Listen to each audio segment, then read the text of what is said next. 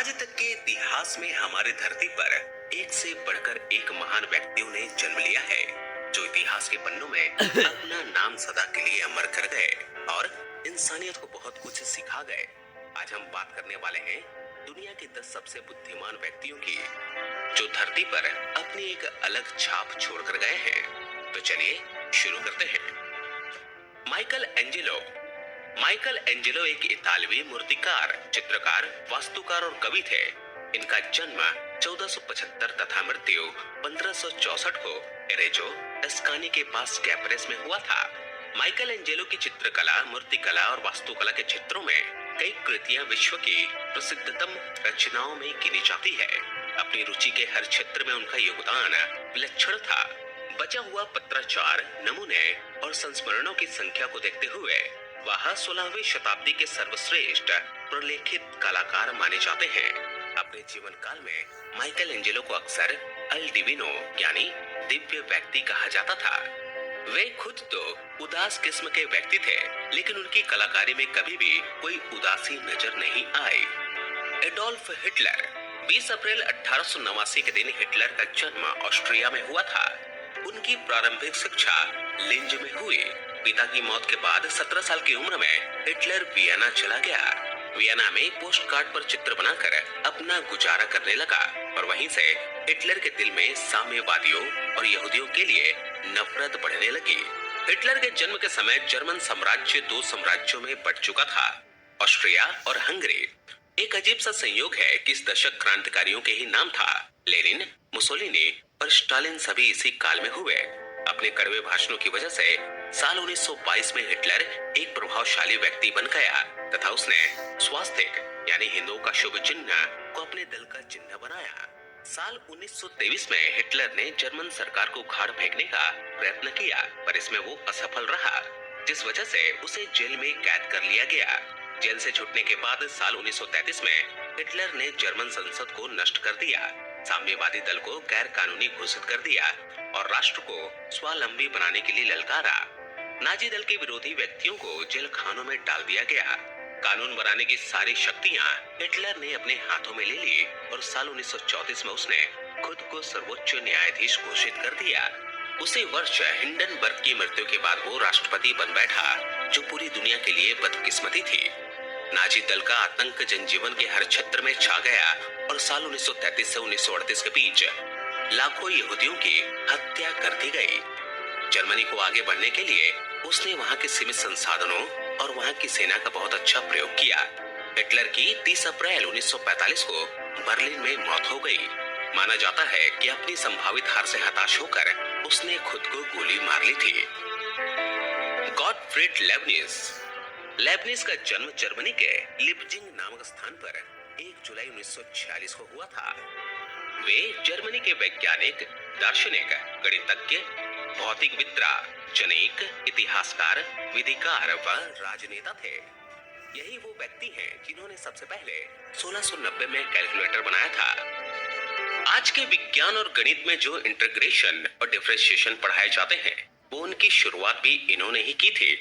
लेकिन दुखद बात तो यह है कि जिस तरह का योगदान इन्होंने इंसानियत को दिया, उस तरह का सम्मान इनको कभी नहीं मिल सकता।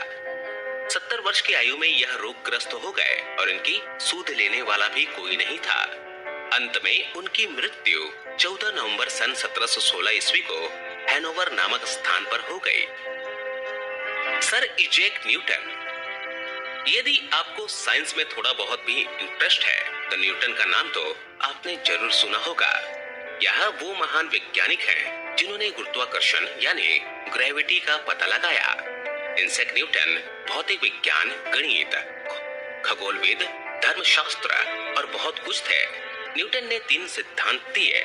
न्यूटन का पहला नियम, कोई वस्तु विराम की अवस्था में है या वह एक सीधी रेखा में चल रही है तो वह वैसे ही चलती रहेगी जब तक कि उस पर कोई बाहरी बल लगाकर उसकी अवस्था में परिवर्तन न किया जाए। वस्तुओं की प्रारंभिक अवस्था में स्वतः परिवर्तन नहीं होने की प्रवृत्ति को जड़त्व कहते हैं। इसलिए न्यूटन के प्रथम नियम को जड़त्व का नियम भी कहते हैं। न्यूटन का दूसरा नियम, वस्तु के संवेग में परिवर्तन की दर उस पर आरोपित बल के अनुक्रमानुपाती होती है तथा संवेग परिवर्तन आरोपित बल की दिशा में होता है। न्यूटन का तीसरा नियम, प्रत्येक एक क्रिया के बराबर परंतु विपरीत दिशा में प्रतिक्रिया होती है। और आज भी यह तीनों सिद्धांत विज्ञान के लिए बहुत महत्वपूर्ण है, इसलिए इनको दुनिया के 10 सबसे बुद्धिमान व्यक्तियों में गिना जाता है। Leonardo da Vinci. जब भी आप लियोनार्डो डा विंची का नाम सुनते हैं तो मोनालिसा की पेंटिंग दिमाग में घूमने लगती है, और जब भी मोनालिसा की पेंटिंग का नाम आता है तो लियोनार्डो डा विंची का जिक्र भी होने लगता है। लियोनार्डो डा विंची का जन्म 15 अप्रैल 1452 को इटली के विंची शहर में हुआ था, और इसी कारण उनका नाम के पीछे विंची लगाया गया है। लियोनार्डो डा विंची इटली की राजशाही के दौरान एक वैज्ञानिक खोजकर्ता व कलाकार के रूप में जाने जाते थे, और आज भी वह अपनी प्रतिभा के लिए पूरे विश्व में जाने जाते हैं। पूरा तत्ववेत्ता द्वारा उनको दुनिया का सबसे प्रभावशाली व्यक्ति का दर्जा दिया गया है। लियोनार्डो डा विंची एक ही बार में एक हाथ से लिख और दूसरे हाथ से पेंटिंग कर सकते थे। यह भी दुनिया के 10 सबसे बुद्धिमान व्यक्ति में से एक गिने जाते हैं। William Shakespeare. शेक्सपियर का जन्म 23 अप्रैल 1564 में वारविकशायर में स्टैनफोर्ड ओपन एवा में हुआ था। विलियम शेक्सपियर को अंग्रेजी भाषा के सर्वश्रेष्ठ साहित्यकार और नाटककार के तौर पर जाना जाता है। 26 अप्रैल 1964 को इंग्लैंड के स्टैटफोर्ड में जन्मे शेक्सपियर को बर्ड ऑफ हेवन की उपाधि दी गई थी। उनके महानतम कार्यों में 38 नाटक, 154 चतुर्दश पदी कविता, 2 लंबी विवरणात्मक कविताएं और बहुत से छंद और लेखन कार्य शामिल हैं। उनके प्रारंभिक लेख और नाटक साधारणतः कॉमेडी होते थे। बाद में 1608 तक उन्होंने दुखांत नाटक लिखे, जिनमें Hamlet, Othello, King Lear of Macbeth भी शामिल है। 23 अप्रैल 1616 को विलियम शेक्सपियर का देहांत हो गया था। सिकंदर उर्फ Alexander the great. Alexander the great को इंडिया में सिकंदर भी कहा जाता है। अलेक्जेंडर का जन्म 356 ईस्वी पूर्व ग्रीस में हुआ था। अलेक्जेंडर ने मात्र 25 साल की उम्र में ही उसने Anatolia, Syria, Phoenicia, Judea, Gaza, Egypt, Mesopotamia, Persia, Taxila लगभग आधी दुनिया को जीत लिया था। वह अपने सैनिकों के बीच जाकर लड़ाई करता था। उसने अपनी जिंदगी में कभी कोई लड़ाई नहीं हारी, इसलिए इतिहासकारों ने उसके नाम के साथ द ग्रेट जोड़ दिया।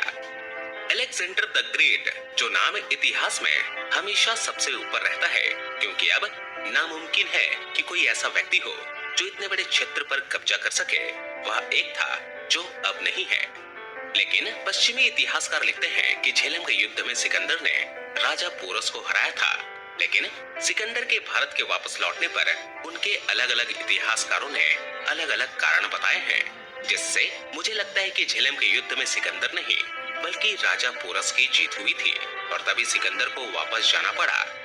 अगर सिकंदर जीत जाता तो वह तक्षशिला से आगे बढ़कर मगध पर भी आक्रमण कर सकता था, लेकिन वह भारत पर राज करने के सपने को अपने पसंदीदा कॉन्टेस्ट को ज्वाइन करो, खेलो। अपने साथ ही ले गया और वापस लौट गया। खैर, गैलीलियो गैलीली एक इतालवी खगोल शास्त्री, भौतिक विज्ञानी और गणितज्ञ थे। गैलीली ने दूरबीन का आविष्कार किया। उन्होंने दूरदर्शी यंत्र को ज्यादा मजबूत बनाया। अपनी शक्तिशाली दूरबीन के जरिए उन्होंने बहुत से खगोलीय अध्ययन किए, जिसमें उन्होंने चांद पर जो गड्ढे हैं भी देखे। उस समय तक का सिद्धांत ये था कि पृथ्वी ब्रह्मांड के केंद्र में स्थित है और सूर्य, चंद्र और बाकी के ग्रह लगातार पृथ्वी की परिक्रमा करते हैं। पर गैलीली ने पाया कि ब्रह्मांड में स्थित सभी ग्रह पृथ्वी समेत सूर्य की परिक्रमा करते हैं। उन्होंने शुक्र ग्रह और बृहस्पति ग्रह का अध्ययन किया। गैलीली ने जब कहा कि पृथ्वी और बाकी के ग्रह सूर्य की परिक्रमा करते हैं, जिससे धर्मगुरुओं की पुरानी अवधारणाओं का खंडन हुआ। कोर्ट चर्च ने इसे अपनी अवज्ञा मानकर गैलीली को कारावास की सजा सुनाई गई। अपनी जिंदगी के आखिरी कुछ साल उन्होंने अंधेरों में ही बिताए और साल 1642 में अपने ही घर में सजा भुगतते हुए उनकी मृत्यु हो गई। Albert Einstein. अल्बर्ट आइंस्टाइन आज किसी परिचित के मोहताज नहीं है। क्योंकि उनकी बुद्धिमत्ता और बड़े बड़े सिद्धांतों से पूरी दुनिया उनको जानती है। उन्होंने अंतरिक्ष, टाइम और गुरुत्वाकर्षण पर अपने बहुत सारे सिद्धांत दिए जो आज भी विज्ञान में पढ़ाए जाते हैं। लेकिन यह भी सत्य है कि जब अल्बर्ट आइंस्टाइन स्कूल टाइम में वे बहुत ही कमजोर थे और उनको मंद बुद्धि का छात्र भी कहा जाता था, लेकिन बड़े होकर वही सदी के सबसे बड़े वैज्ञानिक बने। अल्बर्ट आइंस्टाइन का जन्म 14 मार्च 1879 उल्मा जर्मनी में हुआ था। वह एक सैद्धांतिक भौतिकविद थे। वे सापेक्षता के सिद्धांत और द्रव्यमान ऊर्जा समीकरण EMC2 के लिए जाने जाते हैं। अल्बर्ट आइंस्टाइन को उनकी प्रकाश ऊर्जा उत्सर्जन की खोज करने के लिए सन 1921 में नोबेल पुरस्कार से सम्मानित किया गया था। अल्बर्ट ने कई क्षेत्रों में अपना योगदान दिया है, जैसे सापेक्ष ब्रह्मांड, कोशिकाओं की गति, अणुओं का प्रोनिया, एक अणु वाले गैस का क्वांटम सिद्धांत और उसमें गुण तथा भौतिकी का ज्यामितीकरण आदि 50 से भी अधिक शोध पत्रों और विज्ञान के ऊपर कई किताबें लिखी हैं। साल 1999 में टाइम्स पत्रिका ने उन्हें शताब्दी पुरुष घोषित किया था और उनकी गिनती विश्व के महान वैज्ञानिकों में की जाती है। 18 अप्रैल 1955 में महान वैज्ञानिक अल्बर्ट आइंस्टाइन की अमेरिका के न्यू जर्सी शहर में मृत्यु हो गई। वह अपने जीवन में एक अंत तक कार्य करते रहे और मानवता की भलाई में उन्होंने अपना जीवन समर्पित कर दिया था। लेकिन विज्ञान में अपने अमूल्य योगदान के लिए वे हमेशा दुनिया के 10 सबसे बुद्धिमान व्यक्ति कहलाएंगे। आचार्य चाणक्य। यदि आप यह वीडियो देख रहे हैं तो निश्चित ही भारत देश के निवासी होंगे और इस बात को अच्छी तरह जानते होंगे कि आचार्य चाणक्य कौन थे। फिर भी एक बार हम आपको उनका जीवन याद दिला देते हैं। आचार्य चाणक्य का जन्म अनुमानित 375 ईसा पूर्व 283 में उत्तर भारत के चणक यानी पंजाब में हुआ था। उनको कौटिल्य और विष्णुगुप्त के नाम से भी जाना जाता है। वे राजनीति, अर्थनीति, कृषि, समाज नीति के विद्वान और एक दार्शनिक थे। उन्होंने तक्षशिला से शिक्षा पाई और नालंदा विश्वविद्यालय में एक शिक्षक का कार्य भी किया। एक मान्यता है कि पाटिल पुत्र के राजा नंद या महानंद के यहाँ कोई यज्ञ था। उसमें चाणक्य भी गए और भोजन के समय एक प्रधान आसन पर जा बैठे। महाराज नंद ने इनका काला रंग देख इन्हें आसन पर से उठवा दिया। इस पर क्रुद्ध होकर उन्होंने यह प्रतिज्ञा की कि जब तक मैं नंदों का नाश न कर लूंगा तब तक अपनी शिखा न बांधूंगा। वे हमेशा से ही टूटे हुए भारत को अखंड भारत बनाने की कोशिश करते थे। कुछ ही दिनों बाद राजकुमार चंद्रगुप्त राज्य से निकाले गए थे। चंद्रगुप्त ने चाणक्य से मेल किया और दोनों आदमियों ने मिलकर मलेच्छ राजा प्रवर्तक की सेना लेकर पाटलिपुत्र पर चढ़ाई की और नंदों को युद्ध में परास्त किया। नंद वंशों के बढ़ते अत्याचारों से प्रजा को मुक्ति दिलाई। चाणक्य को भारत का एक प्रखर कूटनीतिज्ञ माना जाता है। उन्होंने अपनी अर्थशास्त्र नामक पुस्तक में अपनी राजनीतिक सिद्धांतों का प्रतिपादन किया, जिनका महत्व आज भी है और आज भी कई विश्वविद्यालयों में उनके अर्थशास्त्र की शिक्षा भी दी जाती है। मौर्य वंश का असली श्रेय आचार्य चाणक्य को ही जाता है, जिन्होंने मौर्य वंश की स्थापना की तथा भारत पर राज करने के सपने को लेकर आए हुए सिकंदर और उनकी सेना को चंद्रगुप्त मौर्य के द्वारा भारत से बाहर खदेड़ा। तो दोस्तों, आपकी क्या राय है इन दुनिया के 10 सबसे बुद्धिमान व्यक्तियों के बारे में? कमेंट में जरूर बताएं, हमें अच्छा लगेगा।